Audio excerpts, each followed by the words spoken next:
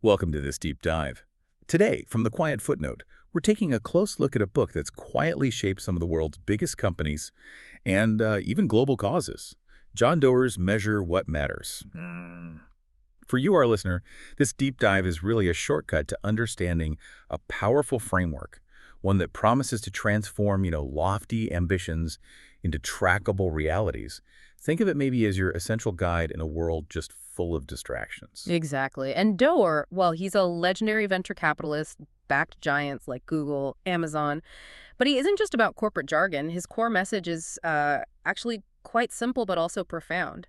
Clarity plus accountability, that equals progress. So we're going to unpack how his system, objectives and key results, or OKRs, can bring focus to pretty much anything you care about, whether that's a huge organization or, your own personal goals. Okay, let's unpack this then. What problem was John Doerr really trying to solve when he introduced OKRs?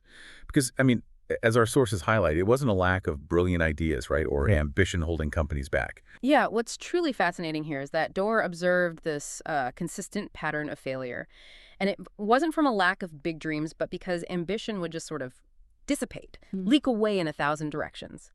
Organizations and individuals too often struggle, not because they lack grand visions, but because, well, priorities get fuzzy, effort isn't aligned, and maybe most importantly, progress just isn't visible. He saw brilliant startups just drifting, lost without a common framework for focus. Right. So the driving question for him was basically, how do we turn those big audacious dreams into disciplined, measurable, collective progress? Or, as one source puts it so well, how do you stop confusing motion with momentum? It's a powerful distinction, isn't it? Actually moving forward, not just being busy. It really is. For Doerr, OKRs aren't about micromanagement at all. They're about providing that internal compass, making sure all that activity actually builds momentum. And, beneath all the corporate examples, there's this almost existential current running through his work, a quiet insistence that our time, our focus, it's finite. So the real challenge isn't just measuring, it's measuring what truly matters. It's this underlying philosophy of intentional living. Okay, here's where it gets really interesting. Doerr introduces OKRs using a really powerful example early on. Google. Imagine Google in 1999, maybe 40 people, but just facing this chaotic, explosive growth. Larry Page and Sergey Brin adopted OKRs then, early on, to maintain clarity. So it wasn't just a tool for a mature giant, but for a fast-growing company trying to keep its head straight. That's exactly right. And the core practice is elegantly simple. You set 3 to 5 clear objectives. These are your big aspirational, what you want to achieve statements. And then for each objective, you define 3 to 5 measurable key results. These are the how you'll know you got there metrics. It's this deceptively simple structure that gives OKRs what Doerr calls 4 superpowers, really powerful principles for execution. So first, focus and commit to priorities. This is huge. If everything's important, well, then nothing is. OKRs force difficult trade-offs. You see this with Google X, their moonshot factory, right? They're constantly bombarded with brilliant ideas, but having a limited set of OKRs helps them say no to thousands of exciting, but ultimately distracting projects. It demands ruthless prioritization. Which must be incredibly hard for creative organizations.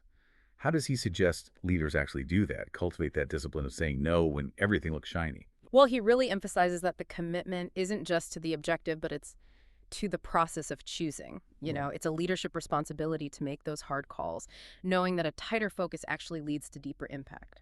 Okay, second superpower, align and connect for teamwork. OKRs aren't just top-down. They create horizontal alignment across teams. It's like a shared map showing what everyone's working towards.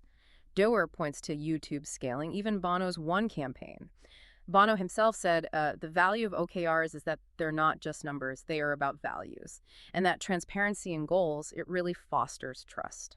That transparency point is fascinating because, many organizations kind of fear sharing goals widely. It feels exposing. How do OKRs build trust instead of just fear? That's a great question. By making them transparent, it shifts the focus. It moves from individual blame towards collective problem solving. When everyone can see where others stand, they can proactively offer help or spot bottlenecks. It turns failure into a shared challenge, not a personal hit. Kind of creates this network effect of collaboration. I see. So it enables teamwork rather than just scrutiny. Exactly. Third superpower, Track for accountability. These aren't goals you set and then forget about until the annual review. OKRs are like living, breathing documents. They get checked continuously, often with simple color coding or, green, yellow, red, showing real-time progress. As Doerr says, without measurement, you're just guessing. It keeps ambition honest, grounded. So it's not just setting the goal, it's that daily, weekly grind of seeing where you actually stand. That sounds like it could be a real game changer for people feeling swamped by to-do lists. Oh, absolutely. It turns that feeling of just being busy into conscious, trackable effort. You're not just working, you're working towards something visible. That's incredibly motivating. And fourth, stretch for amazing. This is where Google's culture really comes in with stretch goals. Encouraging ambition beyond the comfort zone. Larry Page famously said something like, if you set a crazy ambitious goal and miss it, you'll still achieve something remarkable. It's not about setting easy targets you know you'll hit. It's about reframing falling short. It's not failure, it's fuel for innovation. You achieve way more than if you'd aimed low. That really flips the script on how we view failure, doesn't it? It basically legitimizes aiming high and encourages breakthrough thinking, even if 100% isn't the outcome. So, okay, beyond the basic structure, it sounds like the real magic of OKRs comes from these specific practices, limiting them, making them public, color coding, and separating committed goals from those aspirational stretch goals. What about these things was truly revolutionary at the time? What really shook up the status quo? That's a fantastic question because, yeah, on the surface, goal setting sounds, well, pretty mundane, right? But one of the most genuinely radical ideas Doerr championed was the transparency of goals, making everyone's OKRs visible from an intern right up to the CEO. That fundamentally changes the game. It just demolishes silos, it invites radical accountability, it removes excuses, and, as Doerr puts it, leaves no place to hide mediocre priorities. Can you imagine the cultural earthquake that causes in a traditionally opaque place? Wow, that is a massive shift from goals hidden in private meetings or, someone's personal notebook. But I can almost hear listeners thinking, doesn't that create fear? What if I set a stretch goal everyone sees and I fall short? And that's precisely why Doerr also introduced stretch goals as a core part of the system. He totally understood that transparency without psychological safety, that would be disastrous. Stretch goals, by definition, they're meant to be ambitious, often unmet.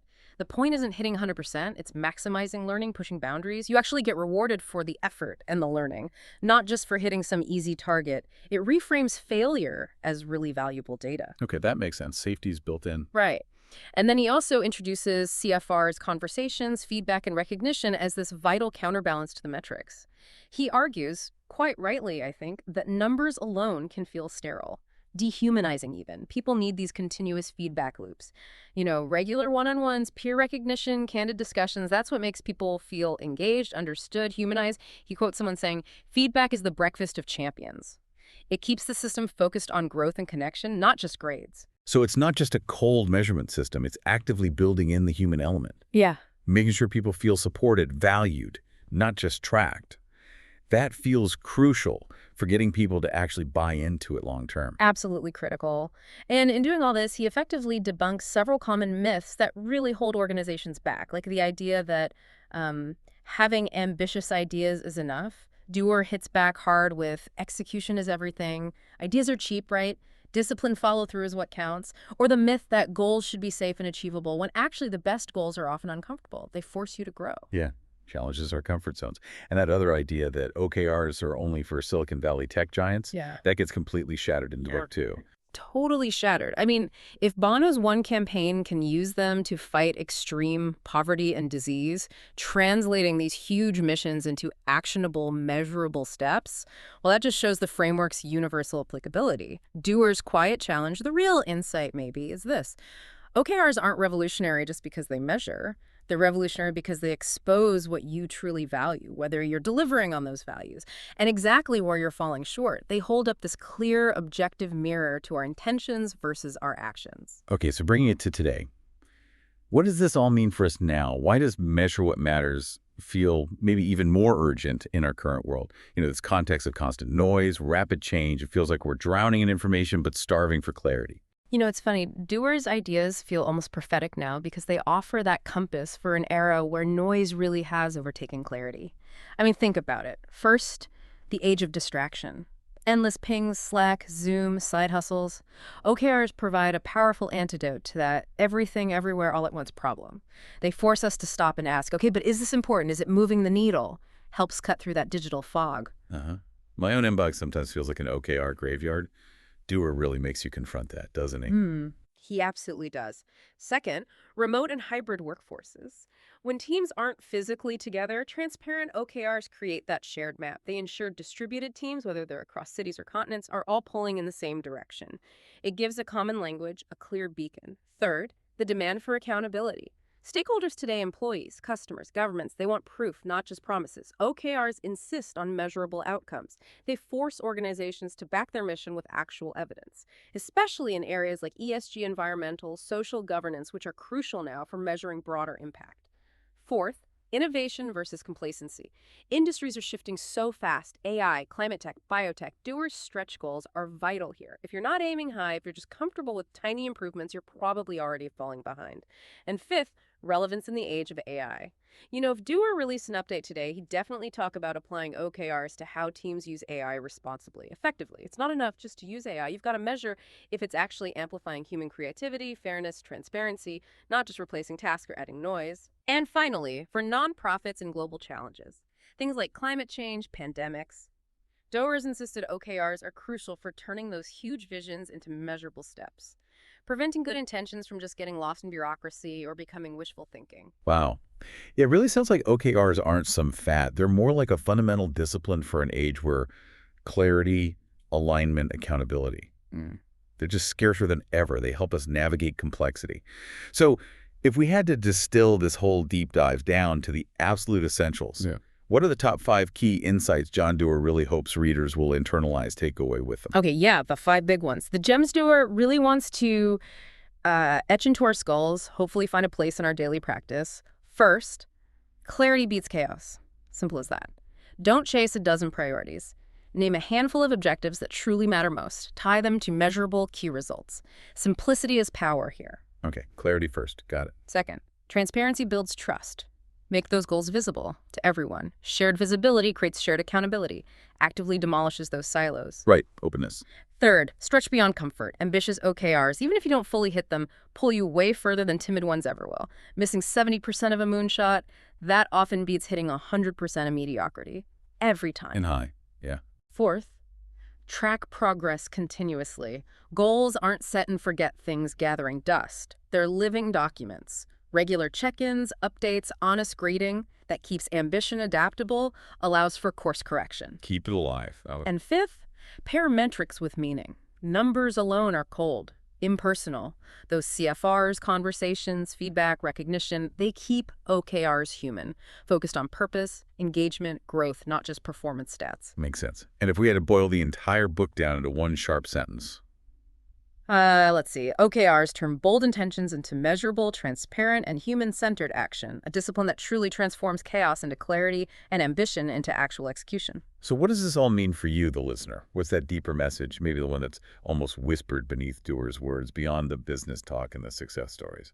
Well, if you listen really closely, I think Doerr is ultimately saying this. OKRs aren't just about productivity, They're about integrity. They're a way of ensuring your actions and your values finally, shake hands, align. It's about recognizing our time here is finite, so we have to aim it well. Directing our focus, our precious focus, toward what truly outlives us, whether that's a creative project, a family goal, or contributing to something bigger. Thank you for joining us on this deep dive into Measure What Matters. We really hope this conversation has given you some powerful insights into how clarity, how accountability can transform ambition into real action. Yeah, and maybe as you go about your week, just think about what one stretch objective you might set for yourself this quarter, even if it feels a little audacious. What would be maybe 2 measurable key results to track your progress? How might that simple act, just defining and tracking, transform your feeling of busy into real impact, something to think about? This has been a deep dive by the Quiet Footnote. Until next time, keep exploring what matters.